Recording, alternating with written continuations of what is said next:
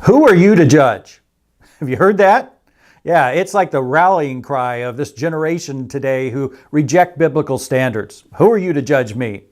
Oh, did you realize that phrase, those exact words, just like that, they are in the Bible. They're found in James chapter 4.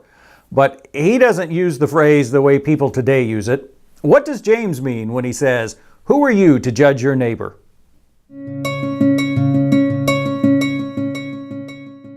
Hey, this is Looking Intently. I'm going through the book of James right now. If you've missed any, click this tag in the upper right. Make sure you don't miss any more. Click the subscribe button and then that bell icon in the lower right. And if you like the videos, well, do something about it. Click the like button underneath the video. Leave a comment, ask a question. I promise I'll respond. Or even more, click that share button and then follow the instructions it gives you.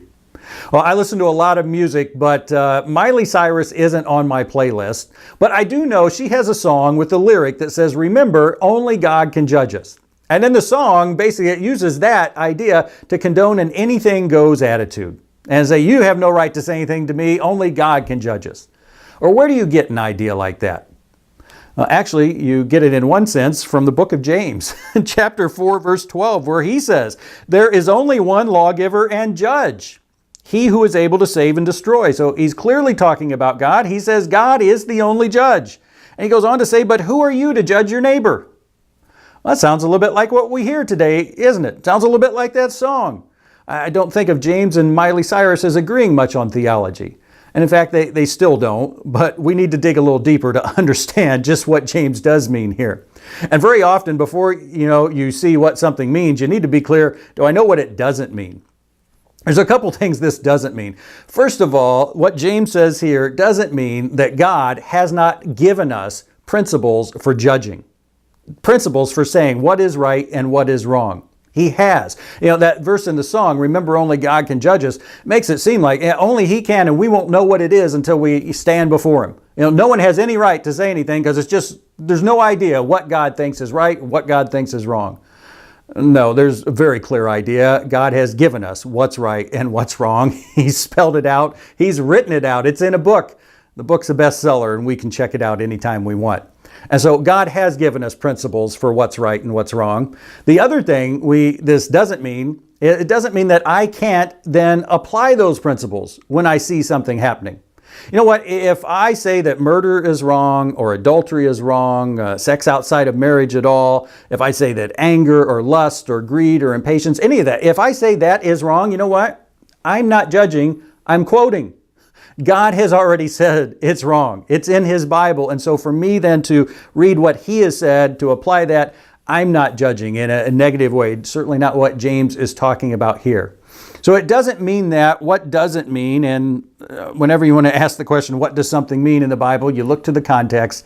The context of verse 12 is verse 11. James says, "Do not speak evil against one another, brothers." And realize that introduces this little 2-verse section. And so he's saying the kind of judgment that he has in mind is speaking evil. He says, "The one who speaks against a brother or judges his brother speaks evil against the law and judges the law. But if you judge the law, you are not a doer of the law, but a judge." And that's the real key. What is it that makes this kind of judgment evil? It's when you're judging the law. Okay, how do you judge the law? It's when you say one of two things.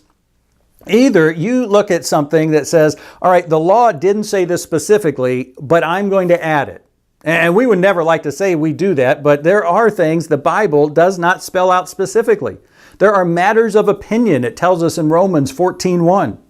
And for me then to try to enforce that on someone else and say, you're wrong for not following this, when the Bible doesn't specifically say it, that's judging in this negative way. That's speaking evil against my brother because it's judging the law. It's saying the law didn't say enough, which really, who gave the law? God is saying, God, you didn't say enough. You should have been more clear. You should have spelled this out and made it wrong, but you didn't. And so I'll fill in the blank. I'll help you out. And that's not helping at all. The other way that to have this kind of negative judgment that James talks about, one is to add to God's law. The other is to unfairly apply the law. Think about it. The law says to do things, not do things. We all fall short and realize we need God's grace. Well, do we extend God's grace to others? Not that I can forgive someone in God's eyes, but I certainly can act toward them with an attitude of grace, the same that God does toward me. Jesus said in Matthew 7, a parallel passage here that so many people know these first three words, do not judge, right? And they know those. It says, do not judge so that you will not be judged. For in the way you judge, you will be judged. Right after that, you have to look at the whole thing, the context, and see, we will be judged. What Jesus is talking about there is we'll be judged in the way that we judge others. If we show no grace, no mercy, we won't be shown grace and mercy. That's what James is talking about here, that same thing. One or the other, applying opinions or not applying the law fairly. And so as we seek to apply all of this, ask yourself, first of all, do I know? If I hear someone say, don't judge me, or only God can judge, do you know what to say to let them know, like, this doesn't mean what you think it means. Here's why. Do you know how to answer that? And then also ask yourself, do I judge in one of these negative ways? Do I judge by my own law? Do I try to get people to follow things that are truly opinions? And one problem is we don't recognize them as opinions. They're so ingrained in us. We've heard them so long, maybe especially in our group, they're so widespread. We don't realize, no, the Bible doesn't say anything specifically about that. That's applying maybe a principle, but God didn't give that application and it's not spelled out clearly. We can't try to force that on someone else and look down on them when they don't live by it. Or am I applying God's law unfairly? So easy to do that, to excuse ourselves for something because we know what's going on inside us. Oh, that's why I struggle, but then look at someone else and not show that same type of grace and mercy. So as you're applying this, get specific, ask yourself these questions and ask yourself then, what do I need to do to stop? Look for that same type of application based on the reflection every time as you read the good book like a good book.